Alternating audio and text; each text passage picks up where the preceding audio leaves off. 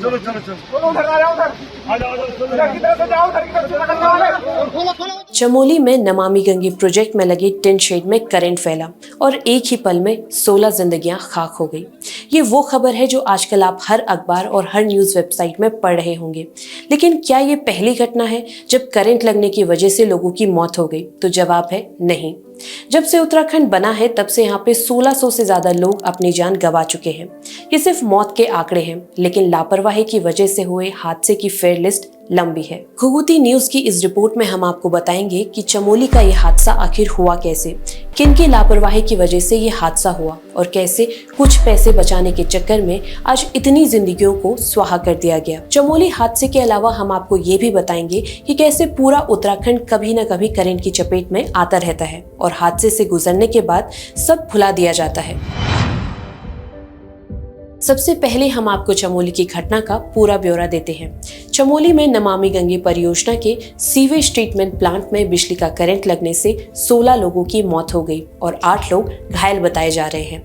घायलों में से 6 लोगों को हेलीकॉप्टर से ऋषिकेश एम्स रेफर किया गया, जबकि 2 शख्स जिला अस्पताल गोपेश्वर में भर्ती हैं, जिनकी स्थिति अब सामान्य बताई जा रही है। बुधवार यानी 19 जुलाई जिस समय यह हादसा हुआ उस वक्त साइट पर 24 लोग मौजूद थे, जिसमें से 16 लोग झुलस गए और मौत की भेंट चढ़ गए।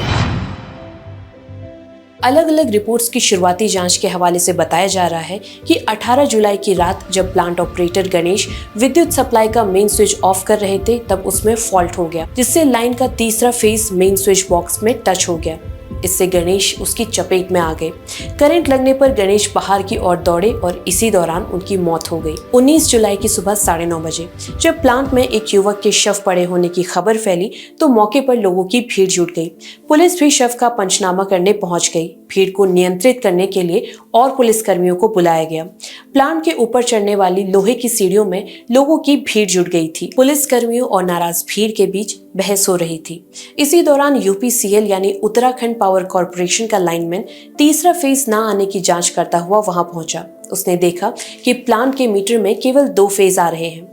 वहां मौजूद पुलिस कर्मियों ने उससे बोला कि वो चेक करके बताए कि करंट दोबारा प्लांट में किसी को नुकसान तो नहीं पहुंचाएगा। दरअसल जब मेन स्विच को चेक किया जा रहा था तो किसी ने ये नहीं देखा कि मेन स्विच की जो तारें ट्रांसफार्मर के अंदर आ रही हैं, उसमें से तीसरे फेज की तार फॉल्ट की वजह से मेन स्विच बॉक्स से टच कर रही थी। पूरी तरह निश्चिंत होने के बाद लाइनमैन बाहर लाइन में उड़ रहे जंपर को ठीक करने चला गया।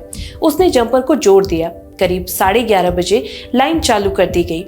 जैसे ही लाइन को चालू कर दिया गया तो मेन स्विच बंद होने के बावजूद तीसरे फेज का करंट स्विच के बॉक्स से होता हुआ आगे बढ़ गया। अर्थिंग इतनी खतरनाक थी कि पहले से आंशिक रूप से जला हुआ मेन स्विच बॉक्स तेज धमाके के साथ फट गया। आगे कंट्रोल पैनल में करंट पहुंचा तो वहां भी अर्थिंग हो गई। क्योंकि कंट्रोल पैनल के पास भीड़ थी तो भीड़ में किसी व्यक्ति ने कंट्रोल पैनल में हाथ रखकर दूसरा हाथ टिन शेड में लगाया। जैसे ही कंट्रोल पैनल में करंट से अर्थिंग हुई तो उसके माध्यम से टिन शेड में भी करंट दौड़ गया। प्लांट में चढ़ने के लिए लगी लोहे की सीढ़ियां भी इसी टिन शेड से वेल्डिंग से जुड़ी हैं। टिन शेड से करंट इन लोहे की सीढ़ियों और रेलिंग तक पहुंचा। यहाँ जमा भीड़ और उसे शांत करने का प्रयास कर रहे पुलिसकर्मी इस करंट की चपेट में आ गए और एक साथ पल भर में 16 जिंदगियां लाशों में तब्दील हो गई। वो 16 जानें बचाई जा सकती थी अगर यहाँ सुरक्षा के सभी उपाय किए होते। शुरुआती जांच में जो नजर आ रहा है उससे साफ पता चलता है कि यहाँ किस तरह की लापरवाही बरती गई। अब एक एक करके हम आपको इन लापरवाहियों से रूबरू कराते हैं।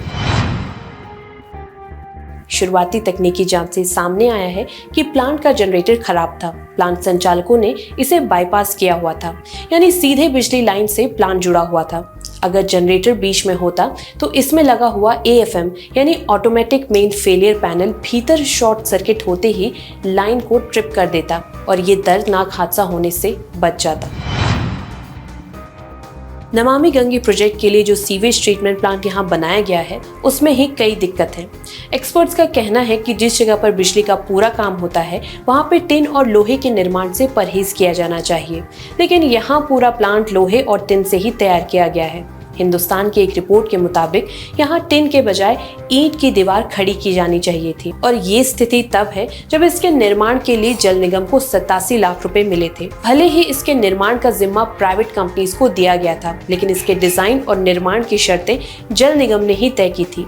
इस एसटीपी में सीढ़ियों से लेकर छत तक सब टिन और लोहे से बनी हुई है। इसके साथ ही यहाँ पर लगी बिजली की तारों को प्लास्टिक के पाइप का प्रोटेक्शन भी नहीं दिया गया है। यहाँ नंगी तारें टीन की दीवारों से सटी हुई हैं। ऐसे में सवाल उठना लाजमी है कि 87 लाख के बजट के साथ मजबूत ढांचा खड़ा करने के बजाय टिन शेड क्यों खड़ा किया गया। इस मामले की जांच जारी है, लेकिन इस हादसे से पता चलता है कि किस तरह की लापरवाही बरती गई है। तो ये तो बात थी हादसे की, लेकिन अब हम आपको बताते हैं पूरे उत्तराखंड का हाल क्या है। चमोली में हुई इस दर्दनाक घटना के बाद करंट फैलने का मुद्दा एक बार फिर चर्चा में आ गया है, लेकिन उत्तराखंड में ऐसी घटनाएं अक्सर होती रहती हैं। जब से उत्तराखंड राज्य बना है तब से यहाँ पर 1659 लोगों की मौत करंट लगने की वजह से हुई है। वहीं करंट लगने की वजह से 482 लोग अपंग हो चुके हैं। राज्य भर में बिजली के शॉर्ट सर्किट होने से 206 आग लगने की घटनाएं सामने आई है। वहीं करंट लगने से 2292 हादसे हो चुके हैं। यही नहीं, यूपीसीएल की लापरवाही की वजह से हर साल 72 लोग अपनी जान गंवा चुके हैं। अगर रिकॉर्ड खंगाले तो 2001 से लेकर अब तक एक भी ऐसा साल नहीं बीता जब करंट लगने की वजह से कोई हादसा ना हुआ हो। करंट लगने के मामले में जहां घायल कम और लोगों की मौतें ज्यादा हुई हैं। सिर्फ यही शॉर्ट सर्किट की वजह से होने वाले अग्निकांड में करोड़ों की संपत्ति भी खाक हो जाती है। राज्य में 200 से ज्यादा जगहों पर अग्निकांड हो चुके हैं। इन घटनाओं के लिए कहीं न कहीं बिजली प्रबंधन में खामियां ही जिम्मेदार होती है। ऐसे में जरूरी है कि बिजली प्रबंधन को बेहतर किया जाए। जहां पर बिजली का काम होता है उन जगहों पर उसी हिसाब से व्यवस्था की जाए, ताकि आने वाले वक्त पर फिर कोई चमोली जैसा हादसा ना हो। एक और हादसा है जो सरकार और प्रशासन की लापरवाहियों की वजह से हो रहा है, और वो है प्राकृतिक आपदा। कैसे सरकार और प्रशासन इन प्राकृतिक आपदाओं के लिए जिम्मेदार होती है। पूरी बात समझने के लिए देखिए हमारी ये रिपोर्ट। और आखिर में हमारा काम पसंद आए तो शेयर, लाइक और सब्सक्राइब जरूर करें। धन्यवाद।